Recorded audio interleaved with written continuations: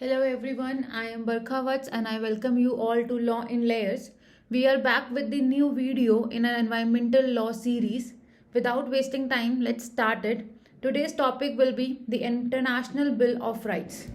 ये topic start करने से पहले दो इम्पॉर्टेंट टर्म्स होते हैं जिनका डिफरेंस जानना बहुत इम्पॉर्टेंट है, जिसमें से एक टर्म है डिक्लेरेशन और सेकेंड टर्म होता है कन्वेंशन। ये हमने बहुत बार पढ़ा होगा जब हम इंटरनेशनल हिस्ट्री पढ़ रहे थे, जिसमें हम इंटरनेशनल कन्वेंशंस पढ़ रहे थे आपके एनवायरनमेंट से रिलेटेड। वहाँ पे हमने बहुत सारी कन्वेंशन पढ़ी थी। तो और डिक्लेरेशन हमने यूडीएचआर ही ले लेते example, universal declaration on human rights, ये पढ़ा है। तो जो डिक्लेरेशन होता है वो नॉन बाइंडिंग होता है। उसमें आप डिक्लेयर कर रहे होते हैं कि ये चीज़ें हैं, अगर आपको फॉलो करनी है तो आप कर लीजिए। जबकि कन्वेंशन जो होता है वो लीगली बाइंडिंग होता है। अगर आप किसी कन्वेंशन का पार्ट बने हैं, सिग्नेटरी बने हैं, तो आपको वो बातें माननी ही होगी, आपके ऊपर वो लीगली बाइंडिंग होगा। तभी UDHR, universal declaration of human rights on human rights, ये क्या था? ये एक डिक्लेरेशन था। ये आपको बोला गया था कि ह्यूमन राइट्स के लिए आप ये चीज़ें फॉलो कर लीजिए जिससे आप लोगों को ह्यूमन राइट्स दे सके। लेकिन लोग उसको मान नहीं रहे थे क्योंकि वो बाइंडिंग था नहीं। इसलिए फ्यूचर में जाके कोविनेंट्स लाए गए थे जो लीगली बाइंडिंग करेंगे, जो बोला जाएगा कि आपको ये चीज़ें माननी ही माननी होगी। चलो स्टार्ट करते हैं। International bill of human right is an informal name given to two international treaties and general assembly resolution establish by United Nation. इसका मतलब क्या है? इंटरनेशनल बिल ऑफ राइट्स के अंदर तीन चीजें आती हैं। दो तो इंटरनेशनल ट्रीटीज हैं और एक जनरल असेंबली का रेजोल्यूशन है जो इस्टेब्लिश किया गया था यूनाइटेड नेशन में। क्या था वो? यूडीएचआर। और जो आपकी इंटरनेशनल ट्रीटीज हैं वो है international covenant on civil and political rights, international covenant on economic, social and cultural right. जो आपका international covenant on civil and political rights हैं, इसमें दो एडिशनल प्रोटोकॉल्स आए थे, ऑप्शनल प्रोटोकॉल्स ऐड ऑन किए गए थे बाद में जाके। दोनों के दोनों 1966 में आए थे और ये आपके इनफोर्स में आ गए थे 1976 में। एक टाइम लगता है जब तक एक सफिशिएंट नंबर ऑफ कंट्रीज उसको रेटिफाई ना करें, उसके बाद आप उसको ला सकते हैं। अगर एक या दो कंट्री साइन कर रही है तो उसको फोर्स में लाना थोड़ा सा मुश्किल हो जाता है। तो एक 1976 में अप्रॉक्सीमेटली 10 साल लग गए थे उसको फोर्स में लाने में। जो आईसीसीपीआर जो है आपका, international covenant on civil political rights, इसमें जो ऑप्शनल प्रोटोकॉल थे वो था, फर्स्ट प्रोटोकॉल आया था 1966 में ही, और जो सेकेंड ऑप्शनल प्रोटोकॉल आया था वो आया था 1989 में। इन सबको हम डिटेल में पढ़ने वाले हैं आगे वाली स्लाइड्स में। सबसे पहले पढ़ते हैं यूडीएचआर के बारे में, universal declaration of human rights 1948। इसका एक छोटा सा ओवरव्यू हम पहले वाली वीडियो में ले चुके हैं। आज हम इसको थोड़ा सा और डिटेल में पढ़ने वाले हैं। यूडीएचआर एक डिक्लेरेशन है जो कि अडॉप्ट किया गया था by the United nation general assembly on 10 December 1948 eight Paris. Paris के अंदर इसको अडॉप्ट किया गया था। ये एक डिक्लेरेशन है। I told you, declaration non binding होता है, वो बाइंडिंग फोर्स का नहीं होता है। ठीक है।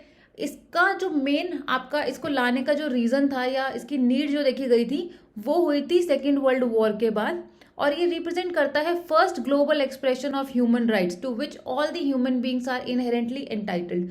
हुआ क्या था? वर्ल्ड वॉर 2 के अराउंड में देखा गया था कि रिलीजन के बेसिस पे, कलर के बेसिस पे इतना ज़्यादा डिस्क्रिमिनेशन हो रहा था। आप कलर के बेसिस पे किन्हीं को स्लेव बना के रखा जा रहा था, आप जेंडर के बेसिस पे डिस्क्रिमिनेशन कर रहे थे। तो ये सारी चीज़ें हो रही थी। तब नीड सोचा गया, इसको सोचा गया कि इसकी नीड है अब कि आप किसी भी इंसान को डिस्क्रिमिनेट नहीं करेंगे on the basic things like religion, caste, colour, ठीक है, उसका जेंडर हो गया, इन सारी चीज़ें पे, लैंग्वेज पे, इन सब पे आप डिस्क्रिमिनेशन अब नहीं करेंगे।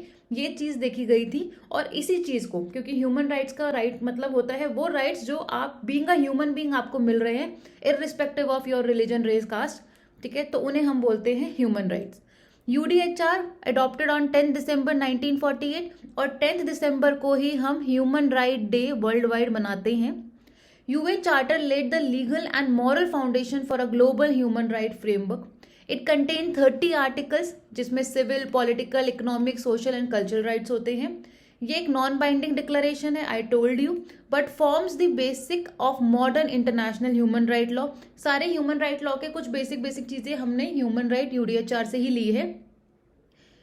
The Guinness Book of Record describe UDHR as the most translated document in the world.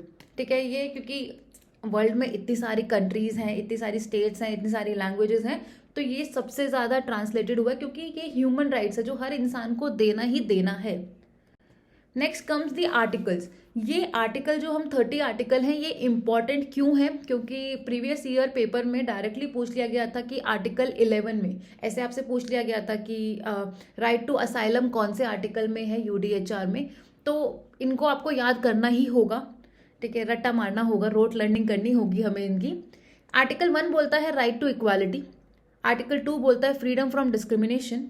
Article 3 right to life, liberty, personal security, freedom from slavery, freedom from torture and degrading treatment, right to recognition as a person before the law, right to equality before the law, right to remedy by competent tribunal, freedom from arbitrary arrest, right to fair public hearing, right to be considered innocent until proven guilty, freedom from interference with privacy, family, home, right to free movement in and out of the country, right to asylum in other countries, right to nationality and the freedom to change it, right to marriage and family, right to own property, freedom of belief and religion, freedom of opinion and information, right of peacefully assembly and association, right to participate in government and in free elections, right to social security, right to desirable work and to join trade unions, right to rest, right to adequate living standard, right to education,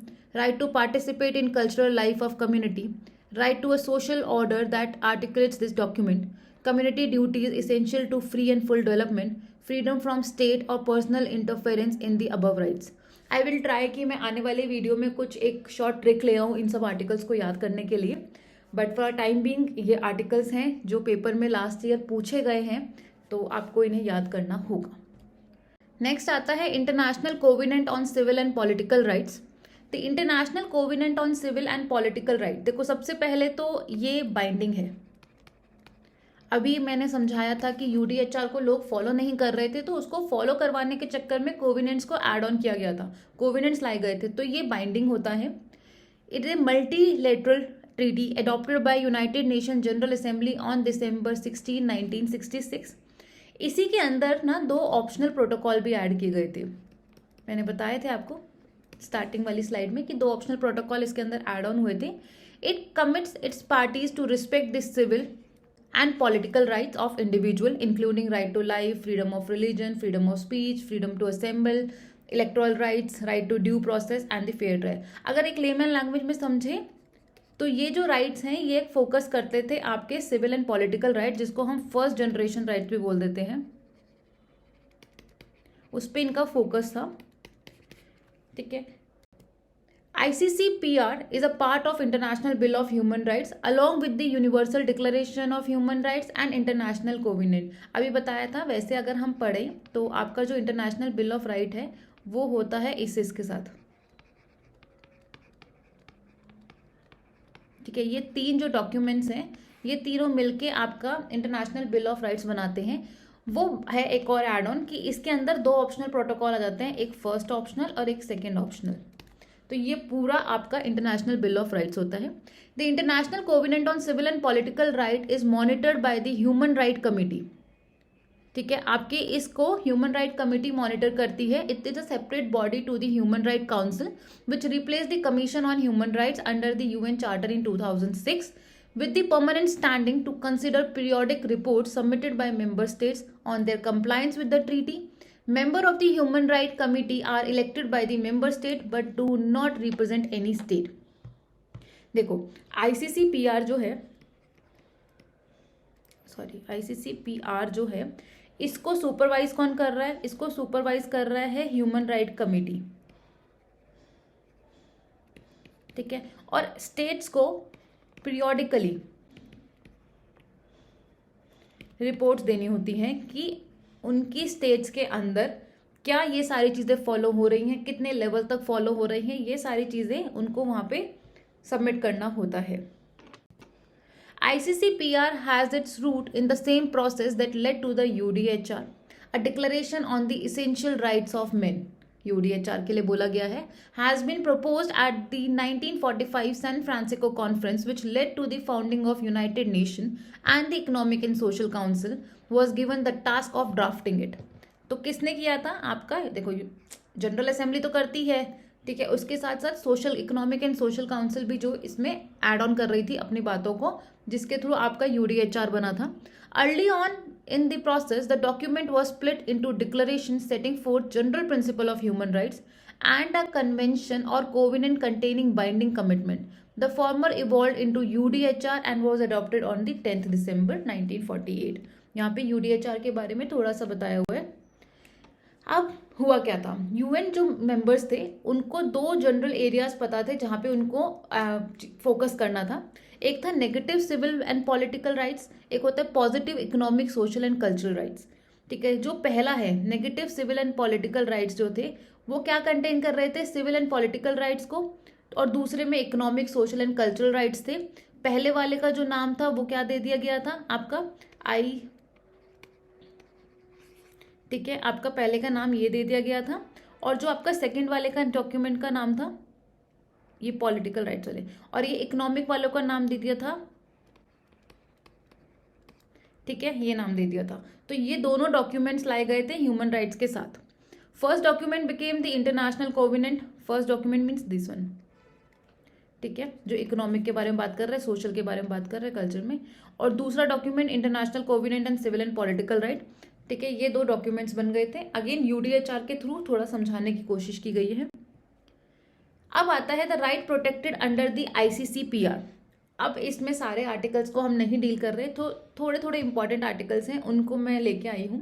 जैसे right to life हो गया, freedom from torture, right not to be enslaved, right to be liberty and security of person, right of detainers, right to not be imprisoned merely on the ground of inability to fulfill the contractual obligation, freedom of movement, right of aliens, equality before the court and tribunal, no one can be guilty of an act of a criminal offense which did not constitute a criminal offense, right to recognition as a person before law, freedom from arbitrary and unlawful interference। ये सारी चीज़ें जो हैं ये important articles हैं जो कि ICCPR के अंदर दिए हुए हैं। right to freedom of thought, right to hold opinion without interference, propaganda for war shall be prohibited by law, right of peacefully assembly, right to freedom of association, right to marry, children's right, political participation, equality before law, minority protection। आपको सारे rights याद करने की need नहीं है, आपको सिर्फ वो राइट्स आप इनको एक बार गो थ्रू कर लीजिएगा, बस एक बार नज़र मार लीजिए, ठीक है। इसमें से इतने ज़्यादा नहीं पूछे जाते जितना यूडीएचआर में से आता है, ये सिर्फ आपको थोड़ा समझाने के लिए था। Now we are moving towards the optional protocol. आपको मैंने स्टार्टिंग की स्लाइड में बताया था कि जो आपका ICCPR है उसके अंदर दो ऑप्शनल प्रोटोकॉल आए थे जिसको हम first and second optional protocol के नाम से बोलते हैं। फर्स्ट वाला आ गया था 1966 में ड्राफ्ट हुआ था, और सेकंड वाला जो था वो 1989 में आया था। अब इनको थोड़ा सा पढ़ लेते हैं। जो फर्स्ट ऑप्शनल प्रोटोकॉल था international covenant on civil and political right का, वो एक इंटरनेशनल ट्रीटी थी जो इस्टेब्लिश कर रही थी कि इंडिविजुअल कंप्लेंट का मैकेनिज्म को, कि अगर मैं किसी भी तरीके से मेरा ह्यूमन राइट का इन्फ्रिंजमेंट हो रहा है, तो मैंने आपको स्टार्टिंग में बताया था ह्यूमन राइट कमेटी के अंडर ICCPR में हम लोग जाते हैं। जो आपका एक सुपरविजन वाला जो बॉडी है ICCPR की, वो ह्यूमन राइट कमेटी है। तो मुझे वहां पे कंप्लेंट फाइल करने का जो मैकेनिज्म होगा वो समझाया गया था फर्स्ट ऑप्शनल प्रोटोकॉल के थ्रू, ठीक है। कब आया था? 16 दिसंबर 1966 को, और फोर्स में आया था 1976 में। अप्रॉक्सीमेटली आई टोल्ड यू कि आपके टाइम लग गए थे चीज़ों को फोर्स में लाने में, तो ये 1976 इसमें आया। The optional protocol establish an individual complaint mechanism for the ICCPR similar to those of the optional protocol to the Convention on the Right of Person with Disability and Elimination of all forms of racial discrimination। ये दोनों ही terms को देख के डरना नहीं है, आने वाली वीडियो में हम इसके साथ बहुत अच्छे से हम गो थ्रू होने करने वाले हैं इनको, जब हम राइट्स पढ़ने वाले हैं अगले ही वीडियो में, rights of the women, rights of the immigrants, उनमें ये सारी चीज़ें आने वाली हैं। तो एक छोटा सा हम इसका ओवरव्यू लेंगे तो आपको समझ आ जाएगा।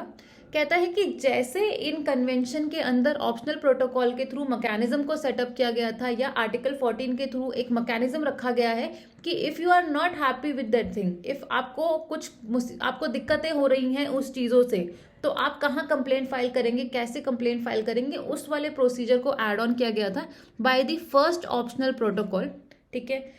अभी मैंने आपको बताया था स्टार्टिंग में ही कि आईसीसीपीआर के ऊपर जो सुपरवाइजिंग बॉडी है उसे हम बोलते हैं ह्यूमन राइट कमिटी। तो अगर आपका ह्यूमन राइट कहीं से भी इन्फ्रिंज हो रहा है, वायलेट हो रहा है, तो आप कैसे इसको जाके आप जाएंगे यहाँ पे और आप अपना कंप्लेंट फाइल करेंगे, उस सारी प्रोसीजर को, ठीक है, वो आपको यहाँ पे फर्स्ट ऑप्शनल प्रोटोकॉल में दिया गया है। Parties agree to recognise the competence of UN human right committee to consider complaints from the individuals who claim their right under the covenant has been violated. Anonymous complaint were not permitted. देखो, time नहीं है कि आपकी बेकार की या anonymous complaint को वो एंटरटेन करें, तो एनोनिमस कंप्लेंट को वो बिल्कुल भी परमिट नहीं करते हैं। आपको जेन्युइनली अगर आपका ह्यूमन राइट वायलेट हुआ है तो you can go there. The committee must bring complaints to the attention of the relevant party which must respond within 6 months। किसी और ने आपका ह्यूमन राइट को इन्फ्रिंज किया है तो उसको भी तो बताना पड़ेगा कि देखो आपने इन्फ्रिंज किया है, ये हमारे पास आया है। Following consideration, the committee must forward its conclusion to the party and the complainant। ठीक है, अपना सब कुछ देखने के बाद जो कमेटी का डिसीजन आएगा वो उसको फर्दर दोनों ही कंप्लेनेंट और जो पार्टी आई थी एज अ विक्टिम उसको बता दिया जाएगा। अब बात करते हैं सेकेंड ऑप्शनल प्रोटोकॉल के बारे में। सेकेंड ऑप्शनल प्रोटोकॉल कब आया था? वो आया था 1989 में। Second optional protocol to the international covenant on civil political rights. ठीक है, इसका क्या एम था? इसका सोल एम था एबॉलिशन ऑफ डेथ पेनल्टी। ये एक साइड एग्रीमेंट था किसका? आईसीसीपीआर का, क्योंकि ये ऑप्शनल प्रोटोकॉल है आईसीसीपीआर के अंदर, तो ये एक साइड एग्रीमेंट था जो कि 15 दिसंबर 1989 को बनाया गया था और फोर्स में आया था 11 जुलाई 1991 को। ये ऑप्शनल प्रोटोकॉल कहता है कि जो भी इसको साइन करेगा वो एबॉलिश कर देगा डेथ पेनल्टी को अपने बॉर्डर्स में। बिल्कुल ही डेथ पेनल्टी नहीं दे सकते हो। ये अलाउ करता है parties to make reservation allowing execution in the time of war pursuant to the conviction for most serious crime of a military nature committed during war time. एक छोटा सा ब्रैकेट छोड़ दिया है इन्होंने, लेकिन आप उसके अलावा किसी भी केस के अंदर आप डेथ पेनल्टी नहीं दे सकते हैं। Brazil, Malta, Spain initially made such reservation and subsequently withdraw them. देखो, आप कह सकते हो कि हम डेथ पेनल्टी नहीं दे रहे, लेकिन अगर आपकी कंट्री के अंदर कोई रेयरेस्ट ऑफ द रेयर है, कोई हीनियस क्राइम हो जाता है, तो आपको डेथ पेनल्टी देने का राइट होना चाहिए। ऐसा कुछ कंट्रीज, ऐसा कुछ स्टेट सोचती थी, तो उन्होंने पहले तो इसको साइन किया, फिर बाद में अपने आप को विड्रॉ करा लिया। जबकि Greece still retain this reservation on their implementation of the protocol despite both having banned the death penalty in all circumstances. इनके अंदर कहीं पे भी किसी भी सर्कमस्टांसेस में डेथ पेनल्टी नहीं होती है। अब बात करते हैं इंडिया के बारे में। क्या इंडिया ने इसको रेटिफाई किया है? देखो, इंडिया ने आईसीसीपीआर को रेटिफाई किया हुआ है, वो इसको मानती है। लेकिन जब हमने पहले कभी बिल्कुल स्टार्टिंग में जब हमने एनवायरमेंटल लॉ सीरीज स्टार्ट की थी, तो मैंने आपको बताया था कि जो प्रोटोकॉल्स होते हैं, प्रोटोकॉल्स क्या होते हैं? Protocols is a kind of a amendment, kind of a addition. जो हम किसी चीज़ के अंदर लिख नहीं पाए या उसको एनफोर्स नहीं करा पा रहे, तो हम उसको एडिशन के थ्रू एनफोर्स कराते हैं। प्रोटोकॉल्स बाइंडिंग होते हैं, ठीक है।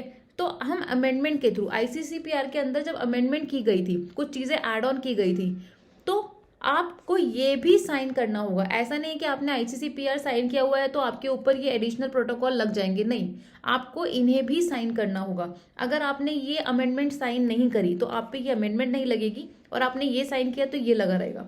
मतलब आपको इंडिपेंडेंटली उन अमेंडमेंट्स को भी रेक्टिफाई करना होगा। तो जो इंडिया है, उन्होंने आईसीसीपीआर को तो रेटिफाई कर दिया, ठीक है, लेकिन उसने जो फर्स्ट आपका आया था प्रोटोकॉल, ठीक है, उसको नहीं किया।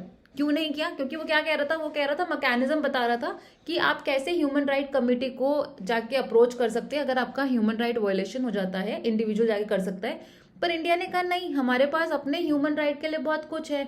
हम एनएचआरसी है हमारे पास, ठीक है, हमारे पास आपका वुमेन के लिए है, हमारे पास हमारा शेड्यूल कास्ट, शेड्यूल ट्राइब के लिए है, ठीक है, ओबीसी के लिए है। तो हमारे पास अपने सारे ह्यूमन राइट के हैं काउंसिल, तो हम पहले वहां अप्रोच करेंगे, हम सीधा इंटरनेशनली नहीं जाएंगे। तो इंडिया ने इसको रेटिफाई नहीं किया। सेकंड वाला, जिसमें डेथ पेनल्टी का एबॉलिशन था, इंडिया ने उसको रेटिफाई नहीं किया। आपने भी बीएनएस पढ़ा होगा, आपने भी आईपीसी पढ़ा होगा, उसमें डेथ पेनल्टी प्रोवाइड की जाती है rarest of the rare case के अंदर। तो इंडिया ने दोनों एडिशनल प्रोटोकॉल को रेटिफाई नहीं किया, लेकिन आईसीसीपीआर को रेटिफाई कर रखा है। Now let's move to the second one, ICESCR, economic covenant on social, economic and cultural rights. हमने स्टार्ट किया था इंटरनेशनल बिल ऑफ राइट में 3 डॉक्यूमेंट्स है, जिसमें UDHR plus ICCPR plus ICESCR है। तो हम UDHR पढ़ चुके हैं, ICCPR पढ़ चुके हैं, अब हम ICESCR पढ़ रहे हैं, international covenant on economic, social and cultural rights. ये 1966 में आया था। ये 16 दिसंबर को अडॉप्ट किया गया था। फोर्स में आने में इसको टाइम लगा था, आई टोल्ड यू 10 साल लग गए थे स्टार्टिंग की स्लाइड में ही। 3 जनवरी 1976 को ये फोर्स में आ गया था। UDHR, ICCPR, ICESCR तीनों मिलके इंटरनेशनल बिल ऑफ राइट्स बनाते हैं। इंडिया ने इसको रेटिफाई किया था 10 अप्रैल 1979 में। इसका ऑब्जेक्टिव क्या था, इसको लाने का रीज़न क्या था? ये रिकॉग्नाइज कर रहा था एंड प्रोटेक्ट कर रहा था सेकेंड जनरेशन ह्यूमन राइट्स को। याद है स्टार्टिंग में बताया था, फर्स्ट जनरेशन ह्यूमन राइट्स आपके पॉलिटिकल राइट्स थे, सेकेंड जनरेशन जो आपके राइट्स होते हैं वो थे economic, social and cultural rights. उनको प्रोटेक्ट करना और उनको रिकॉग्नाइज करना था ह्यूमन राइट्स को दिमाग में रखते हुए, ये काम था इसका, जिसमें आप डिग्निटी, इक्वालिटी, आपका एडिक्वेट स्टैंडर्ड ऑफ लिविंग के ऊपर फोकस कर रहा था। कोवेनेंट के अंदर भी ना कुछ आर्टिकल्स हैं जो बहुत इंपॉर्टेंट हैं, तो सारे आर्टिकल्स नहीं लेके आई हूँ मैं, जो इम्पॉर्टेंट है, जो मेजरली हैं, जो सबसे ज़्यादा इंपॉर्टेंट आर्टिकल्स हैं उन्हीं को हम पढ़ने वाले हैं। जैसे आर्टिकल 6 to 7 जो है वो राइट टू वर्क के बारे में बात करता है। आपको जो काम करना है आप कर सकते हैं, आपको जस्ट और फेवरेबल कंडीशन मिलनी चाहिए, equal pay for equal work मिलना चाहिए, एनवायरनमेंट सेफ होना चाहिए। फॉर एग्जांपल अगर कोई लड़की नाइट शिफ्ट में काम कर रही है तो उसका पिक एंड ड्रॉप सर्विसेज होना चाहिए। ये सारी चीज़ें बात करती है आर्टिकल 6-7। आर्टिकल 8 बात करता है right to form and join trade union. Strike करना है, कलेक्टिव बार्गेनिंग करनी है, जो करना है उसका राइट होना चाहिए। सोशल सिक्योरिटी का राइट होना चाहिए। Protection of family, mother and children होना चाहिए। देखो ये सारे राइट्स जो हैं वो economic, social and cultural right पे फोकस करेंगे। ये आपको वो इक्वालिटी और उन सब के बारे में, लिबर्टी के बारे में इतना बात नहीं करेंगे। ये बात करेंगे पैसा, सोसाइटी और आपके कल्चर के बारे में। Right to adequate standard of living, right to health, right to education, right to participate in cultural life, ये सारे इंपॉर्टेंट आर्टिकल्स हैं इसके अंदर। बहुत सारे आर्टिकल्स हैं लेकिन ये मोस्ट इंपॉर्टेंट आर्टिकल्स हैं जिनको आप थोड़ा याद कर लीजिएगा, पेपर में आने के लिए इम्पॉर्टेंट है ये। इसके अलावा एक जो सुपरवाइजिंग बॉडी है आपका इसके ऊपर, उस बॉडी का नाम क्या है, बहुत इंपॉर्टेंट है वो भी जानना। ये जो है ICESCR, ये मॉनिटर होता है by the committee on economic, social, cultural rights. ठीक है, तो इसको हम CESCR भी बोलते हैं। तो इसको कौन मॉनिटर करता है? इसको करता है committee on economic, social, cultural rights में।